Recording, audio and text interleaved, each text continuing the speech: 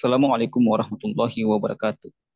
Pemirsa channel TV yang budiman, hari ini kita bahas satu topik yang sedang hangat di media massa nasional.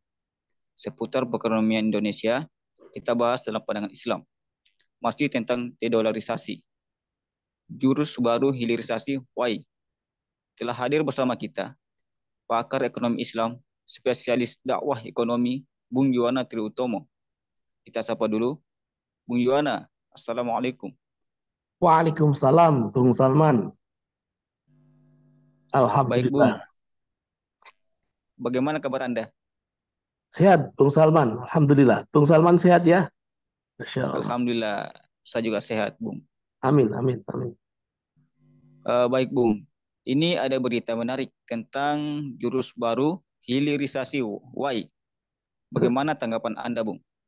Ya, Masya Allah. Terima kasih, Bung Salman ya. Jadi jurus baru hilirisasi itu muncul berita itu tadi sore itu ketika eh, mungkin pemerintah kewalahan ya menghadapi serangan dari Pak Faisal Basri ya. Jadi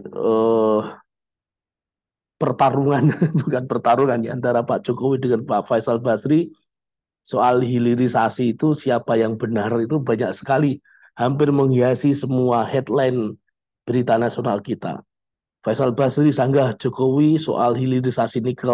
Wah, banyak sekali. Faisal Basri bantah data Jokowi soal hilirisasi nikel. Ini fakta sebenarnya. Jadi Pak Faisal Basri ini memang sangat kritis sekali. Beliau ekonom senior dari UI, dari Indef ya. Kronologi adu klaim Faisal Basri versus Jokowi soal keuntungan hilirisasi nikel. Jadi intinya itu ada tiga yang diperdebatkan antara nilai ekspor, harga nikel, dan pungutan pajak. Menurut Pak Faisal Basri, semua hasil ekspor itu tidak masuk ke kas negara. Ini kan fatal betul kan, termasuk harga di smelter lebih rendah dari harga di Shanghai, di Cina. Kita tahu memang smelter itu kan investasi terbesar dari Cina, sehingga eh, smelterisasi itu sama dengan Cinaisasi gitu. Jadi, kebijakan hilirisasi itu sama dengan kebijakan smelterisasi sama dengan Cinaisasi itu. Terus kemudian pungutan pajak juga kata Pak Faisal Basri bebas pajak sebab tax holiday selama 20 tahun. Itu sangat-sangat eh, bisnis yang sangat-sangat pasti untungnya kayak gitu.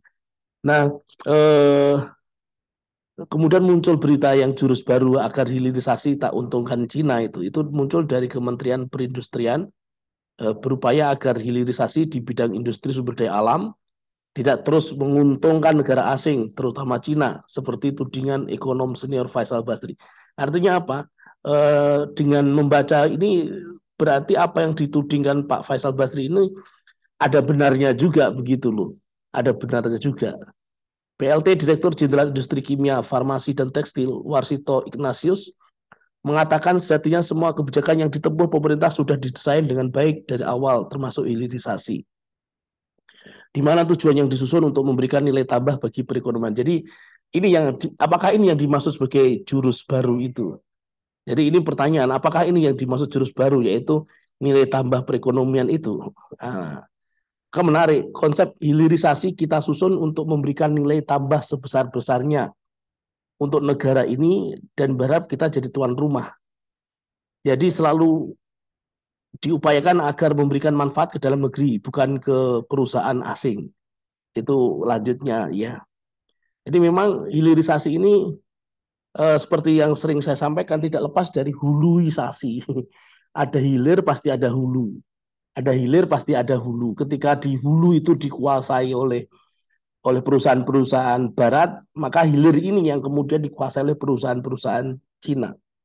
Jadi hulu dan hilir sumber daya alam kita itu sama-sama dikangkangi oleh perusahaan asing, baik di hulu oleh perusahaan barat maupun di hilir oleh perusahaan Cina itu. Barat dan timur sama-sama bisa. Jadi ini mah bukan jurus baru ya. Ini semakin meliberalkan pengelolaan sumber daya alam kita. Nah, yang penting adalah ini, Bung. Bagaimana menurut ekonomi Islam? Bagaimana menurut ekonomi Islam? Ini yang penting.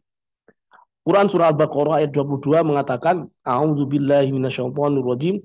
Alladzi ja'ala lakumul arda firasyaw was samaa'a binaa'a wa anzala minas samaa'i ma'an fa akhraja bihi minas thamarati rizqan lakum fala taj'alu lillahi andada wa antum ta'lamun. Artinya bahwa bumi dan air dan kekayaan alam yang terkandung di dalamnya ini sebetulnya milik Allah Subhanahu wa taala yang telah diberikan kepada manusia. Sehingga kemudian Bung Salman dan pemirsa channel TV yang budiman, sumber daya alam ini menjadi kepemilikan umum yang wajib bagi negara untuk mengelolanya. Itu menurut Islam, Rasulullah SAW mengajarkan bahwa masyarakat memiliki sumber daya alam itu sebagai public good, kepemilikan umum. Dalam hadis dikatakan, al-muslimuna syurakaun fisalas, alma wal kala wan nar. Termasuk sumber daya alam ini, bahan tambang, energi, dan mineral, dan lain-lain, semua itu milik umat, milik masyarakat. Tidak boleh dimiliki oleh swasta, apalagi swasta asing. Hulu maupun hilir, itu semua harus dikelola oleh negara, karena itu menjadi milik umat. Itu semua itu menjadi kepemilikan masyarakat yang sumber daya alam yang sifatnya melimpah itu. Karena itu pasti dibutuhkan oleh semua masyarakat. Kalau benda ini tidak ada, masyarakat pasti akan mengalami kekacauan karena ini menjadi kebutuhan publik.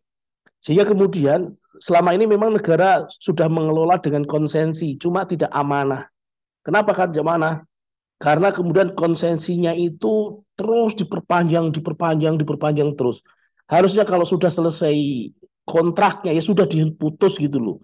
Bukan memiliki mengeksplorasi apalagi mengeksploitasi habis-habisan. Apalagi kemudian diperdagangkan secara bebas di pasar dunia. Harusnya tidak begitu. Kalau sudah dihentikan aja, henti kita mampu mengelola sendiri. Terus kemudian perusahaan-perusahaan pengembang tersebut statusnya bekerja. Kalau dia pengen, mereka perusahaan-perusahaan asing itu pengen mengelola terus, statusnya bukan pemilik, tapi dia bekerja kepada negara. Kalau perlu diakot ulang, dikontrak ulang itu. Kita harus berani untuk mandiri, kita harus berani untuk mandiri karena kita memiliki kedaulatan ekonomi sendiri. Itu kalau mau maju, kalau tidak mandiri terus mau jadi apa itu?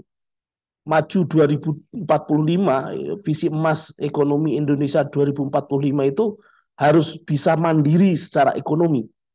Termasuk hasil pengelolaan sumber daya alam tadi tidak boleh diperdagangkan secara bebas di pasar bebas, itu tidak bisa begitu. Kenapa? Karena bumi dan air dan kekayaan alam yang terkandung di dalamnya itu dikuasai oleh negara dan dipergunakan untuk sebesar-besar kemakmuran rakyat. Bung Salman misalnya kalau misalnya mau kuliah itu membayar biaya pendidikan, maka dengan sumber daya alam ini sebetulnya bisa di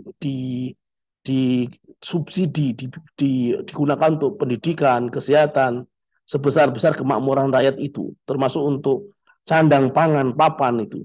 Jadi itu kemudian bisa menjadi APBN, menjadi menjadi pendapatan negara yang kemudian didistribusikan untuk kemaslahatan masyarakat. Itu. APBN negara tidak semata-mata tidak dari pajak, tidak dari utang, gitu. Pembangunan tidak dibangun, tidak dimodali dari utang dan pajak, tetapi justru didorong oleh ini tadi pertumbuhan sumber daya alam yang kemudian dikelola semaksimal mungkin untuk sebesar-besar kemakmuran rakyat. Jadi strategi baru apa tadi yang di awal yang disebutkan sebagai jurus baru tadi itu kalau masih menggunakan kapitalisme ya sama saja jatuh ke lubang yang sama gitu. Harusnya tinggalkan kapitalisme, terapkan Islam, baru itu betul-betul jurus baru Bung Salman dan pemirsa channel TV yang budiman. Terapkan ekonomi Islam secara kafah karena negeri ini atas berkat rahmat Allah yang Maha Kuasa itu dan dengan didorong oleh keinginan yang luhur itu ada di pembukaan Undang-Undang Dasar kita. Jadi jangan lupakan Allah untuk mengatur negeri ini agar tidak menjadi sekuler. Negeri ini adalah negeri yang mayoritas penduduknya Muslim dan di dalam pembukaan pun semangat Islam itu ada atas berkat rahmat Allah itu tadi. Baik itu Bung Salman yang bisa saya komentarkan terkait jurus baru tadi, jurus baru yang halu menurut saya ya. Wallahu a'lam bishawab, Bung Salman, terima kasih. Waktu dan tempat saya kembalikan ke Bung Salman. Assalamualaikum Bung Salman. Waalaikumsalam warahmatullahi wabarakatuh, Bung Yuwana. Terima kasih Bung Yuwana atas tanggapannya. Semoga tetap semangat Semoga tetap semangat mendakwahkan ekonomi Islam selamanya. Amin. Amin. Amin. Terima kasih, Bung Salman. Demikian pemirsa channel TV yang budiman, pemaparan pakar ekonomi Islam menanggapi berita tentang jurus baru hilirisasi Y. Semoga barokah, semoga bermanfaat. Sampai jumpa lagi. Terima kasih. Assalamualaikum warahmatullahi wabarakatuh. Waalaikumsalam warahmatullahi wabarakatuh.